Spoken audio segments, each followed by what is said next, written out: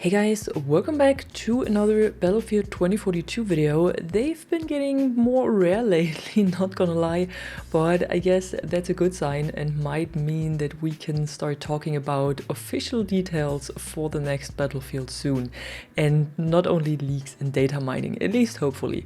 But today is mostly about 2042 and its latest update that was just released today, which is update 8.8, and this adds another returning event to the game alongside a few changes and bug fixes.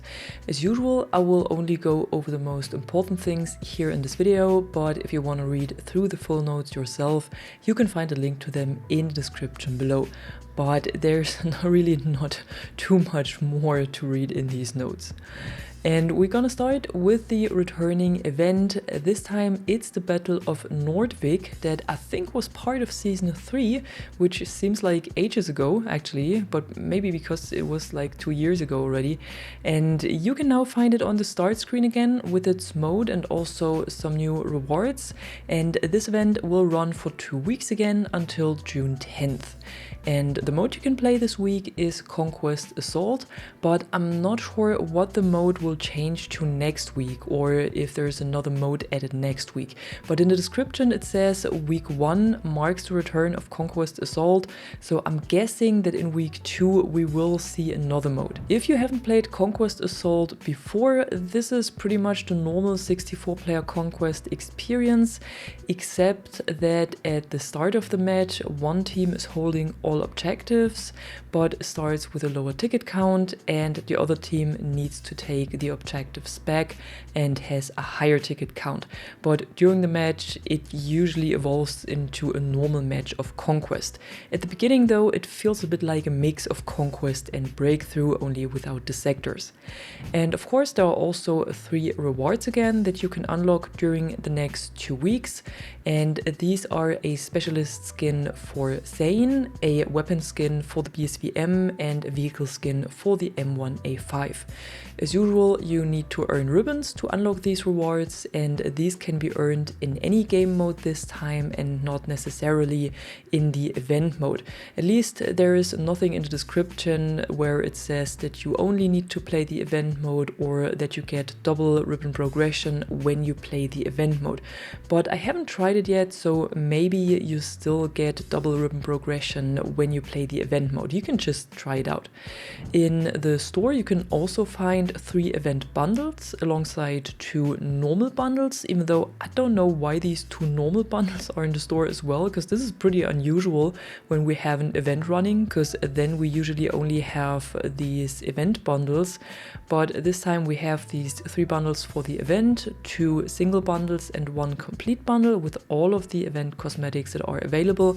And here you might recognize that some skins are already unlocked for you, and these are the cosmetics that we got when the event was held for the first time or during the Redux period before the launch of Season 6. And this is also why these event bundles might be a bit cheaper for you than they normally are.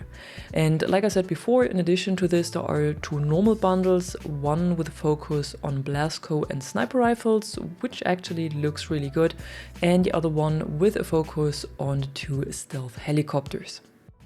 Then moving on to the update, some of you that are playing on PC might have noticed that you cannot start Battlefield 2042 anymore after today's update, and instead you receive a message that says secure boot is required.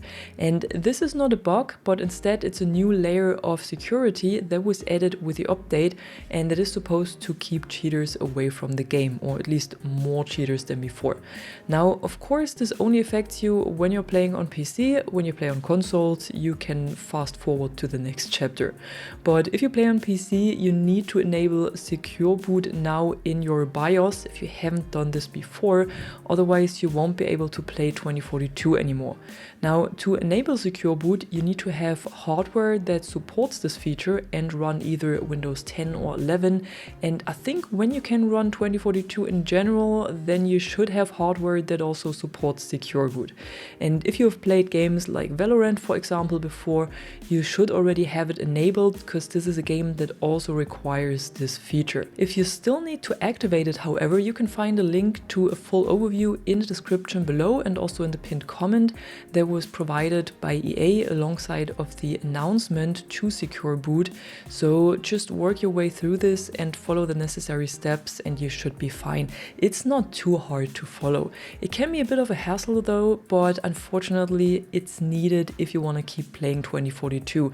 And I also think that the new Battlefield will need secure boot, so in the long run I don't think there's a way around it, because I don't think they will only limit it to 2042, because that wouldn't make much sense, especially with the Battle Royale mode that is allegedly free to play in the new game. They will need to use all the layers of security that they can possibly get to reduce the amount of cheaters. And I really hope the rundown that EA has posted works for all of you.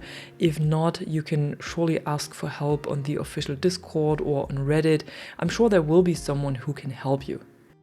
But of course, this was not the only thing added with the update, so now we're going over the changes and fixes. And the first change, or actually an addition, is that following feedback of the community, the devs brought back the EMP ability of Casper's recon drone.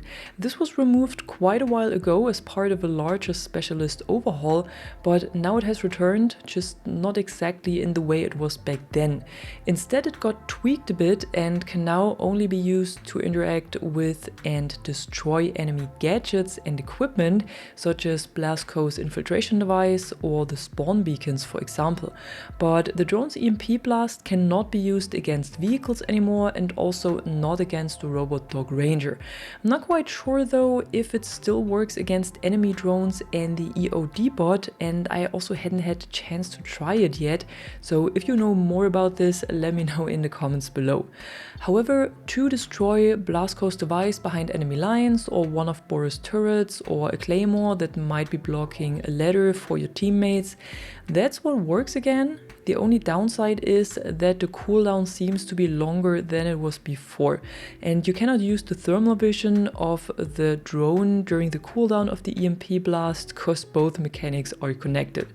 Still, I'm pretty happy to see this feature coming back, because the drone was kind of useless with only the spotting feature, and now it feels like it does exactly what it's made for. You can spot with it, but you can also get behind enemy lines to destroy their gadgets and clean the way for infantry. And I never really used the drone on vehicles anyways, at least not after the C5 drone mechanic was removed. So I'm totally fine with the changes that were made. And in case you have given up on Casper because of the changes to the drone back then, you might want to check him out again.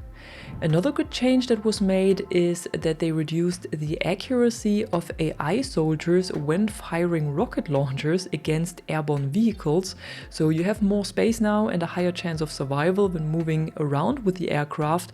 And this was really annoying in modes where half of the server is filled up with bots, which is quite a lot of modes these days, not gonna lie. But now this is hopefully less frustrating and the AI has a less aimbot accuracy than before.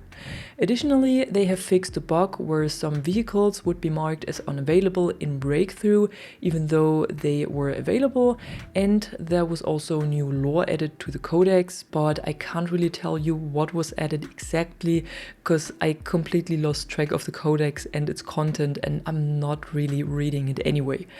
And lastly, just a short 2042 clip that I saw on Reddit the other day and that I really loved. It's by Little Tay the God and shows two Angel players doing a Defib Bump with a perfect transition into the victory screen. Sweet. And that was it for today. I hope you enjoyed this video, and if you did, be sure to drop a like and subscribe, and I'm gonna see you in the next one. I'm the Catwoman and you are awesome.